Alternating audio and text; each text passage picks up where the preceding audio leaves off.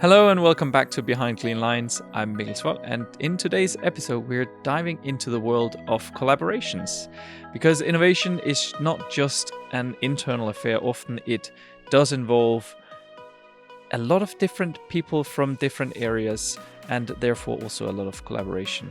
And today we're talking about how to maintain the beneficial collaborations between people and how to basically produce good results in the realm of the hygienic food processing. And to help us navigate this topic, we once again are joined by the very good Tomas Hecht Olsen, who is the CTO. And we talked about also maybe something about innovation and R&D, but at least the CTO in NGI. And Thomas, welcome back, first of all. Thank you. And can you start by shedding some light on NGI's approach to collaboration? What does it mean? Well, first of all, it is extremely important. It's one of the, I would say, main drivers for our innovation, because very often this means the birth of a new product.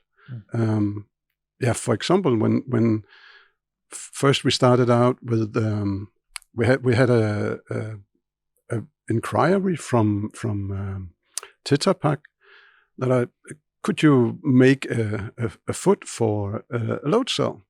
And of course we could, but their idea of a foot for a load cell was non-hygienic. It looked terrible, and it really didn't work. So we looked into it and found a solution where it would be hygienic, it would be easy adjustable, and fit in with all the other products we have. So this was the birth of a lot of weighing load cells in NGI. And would you say that innovation always comes along with some kind of collaboration with external partners, with external clients, customers? Yep, definitely, because innovation comes very often from a problem. And to see the problem, you need to have a very close collaboration with the users or the customers, the machine builders or the end users, to see, okay, what is the real problem here? Especially when it comes to hygiene and hygienic design. This is crucial here. And what are some of the more tangible benefits from collaborating with external partners? Well, you get a lot of in Danish you would say aha experience. You would say, okay, this I didn't a lot think of epiphanies, basically. I didn't know that was a problem. For example, there was the load cell, but then again there was we were getting more and more inquiries from customers saying that we need a stronger foot. And we said, well, no problem, but the foot it's very strong. I said, no, this is for seismic areas. I said, oh, okay. What do you need then? And actually, they didn't really know what they needed. So we went into this area and found that in collaboration, actually, with a lot of customers saying, okay, this machine is in Chile, or this machine is in, a lot of places with seismic activity. And then we slowly got an idea of strength and need for strength. And now we are, supporting a lot of customers just to solve this problem. I know as an engineer with more than 30 years of experience, I have built a lot of machinery going to for example, one to El Salvador. Was of course NGI feeds on hygienic also, but very small feeds. Now I found that, oh shit, it needed a much bigger foot. So collaboration goes also both ways. For example, now we have a close collaboration with that company and IKEA and make stronger feeds for them. So, and hopefully they will not have problems in El Salvador. Is it something that's part of your everyday work, or something that's, on a weekly basis that you talk to clients, talk to machine builders? It's I mean, we've just measured it now that we have around 300 contacts every month.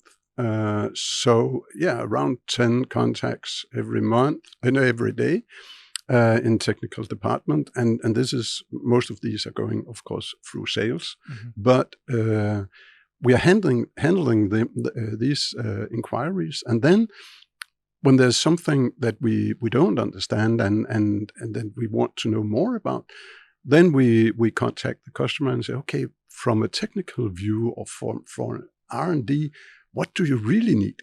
How can we help you here? Because very often there's something underneath that problem that would help us get new ideas and make new products. I remember I did a course on innovation at some point, and one of the learnings that we got there was that basically, if you want to, this was about creating a new product. So basically they said, okay, so try sit out on a cafe or somewhere in public and try to look at how many problems can you find. Where can you spot that people are doing something that is not the ideal thing of doing that? Because basically that identifying a problem like that will basically give you an idea for a product. That was the whole idea. Yeah. Now, how would you do that in practice? Because you can't necessarily go, sit at a production floor and look. And so you rely on people coming to you and telling you what is it that is the challenge? Yeah, that could be.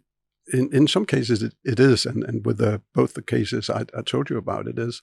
But very often when we have people out, salespeople or technical people out at a customer, it's really important that they ask, why are you doing this? And get the feeling of the whole process. How do you clean your belt? How do you clean the floor? How do you adjust this, and how do you lock this, and why do you do that? So visiting customers, talking with people is extremely important.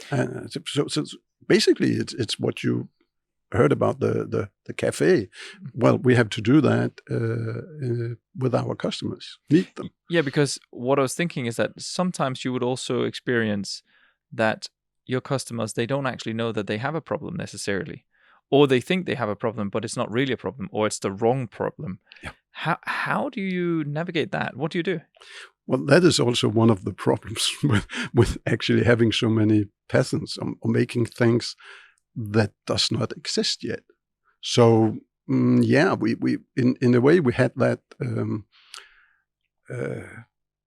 problem, or we needed to look at it when we made the hygienic caster and the hygienic bearing houses, because we couldn't say to somebody, okay, if you could have a bearing house certified in every way, not needed to be greased and or lubricated, what would the customer say? We would say, wow, well, how and what? And so we couldn't really tell him about it.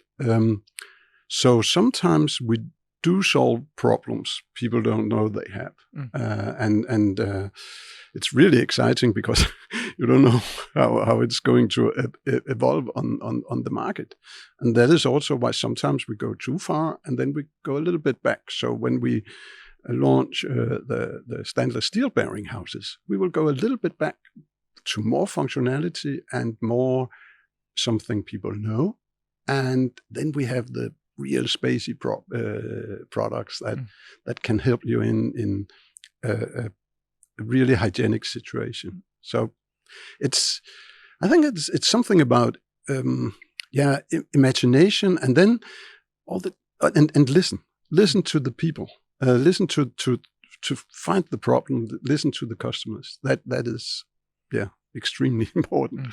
It was really interesting because before we turned on the mics, we had a small talk about one of the questions, which is basically people say that two heads are better than one, and you had a really interesting point about that.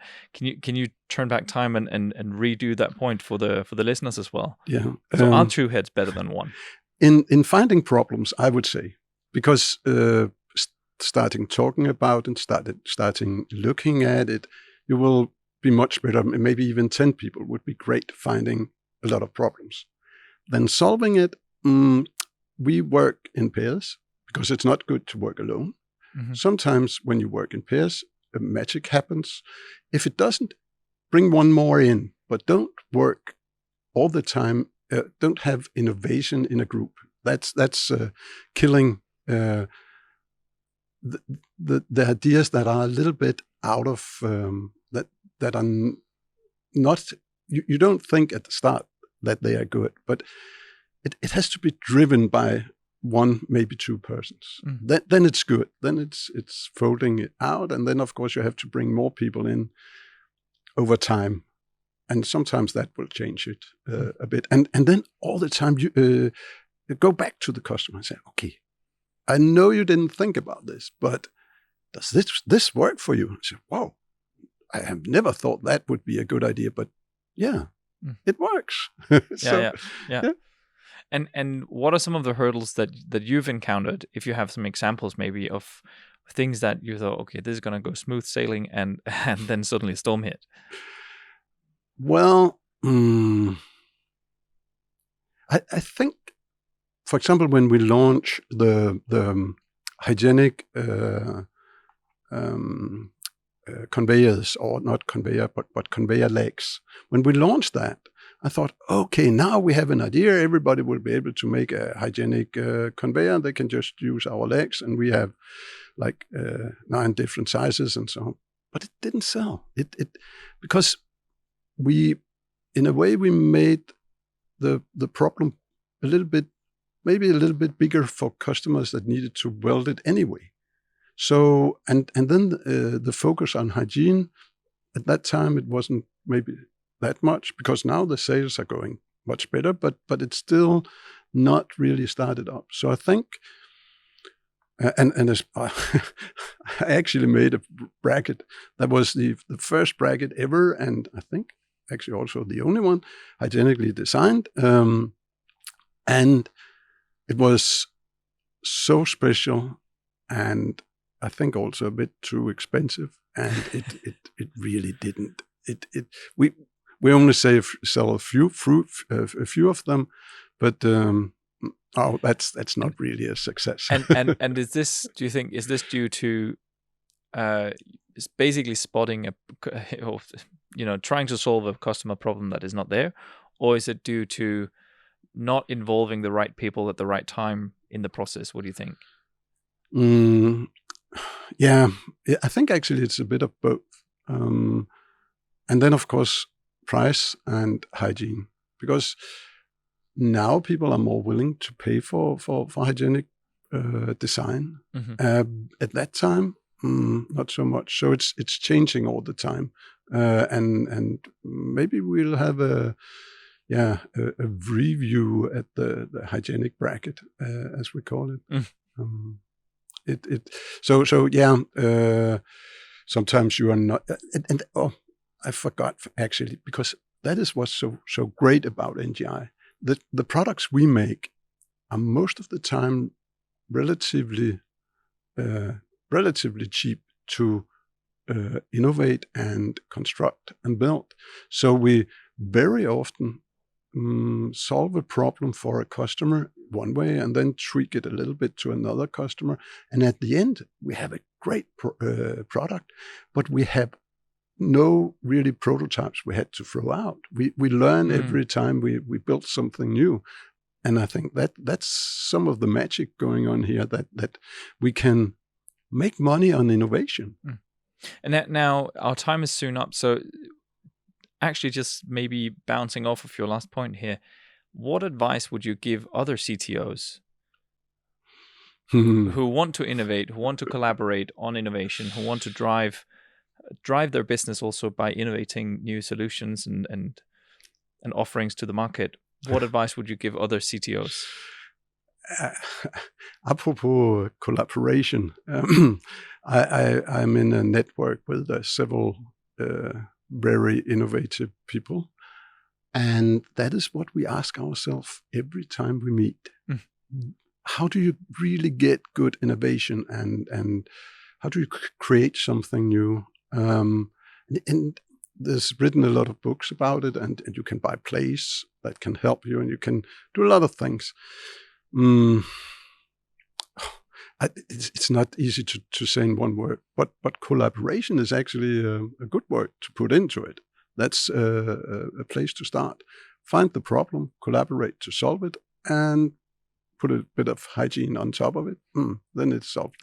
It sounds so easy when you just say it like that, right? Yeah. It's just, okay, then we'll be done by tomorrow. Yeah. Perfect. Okay. Tomas Hecht Olsen, thank you so much for your insights into the collaboration part of innovating hygienic design.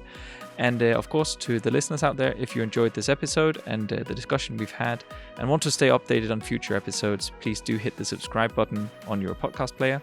That really helps us both, of course, make sure that you don't miss any episodes, but also actually spreading the words to other people. So please do hit the subscribe button. That's it for now. Thank you so much for joining. Thank you.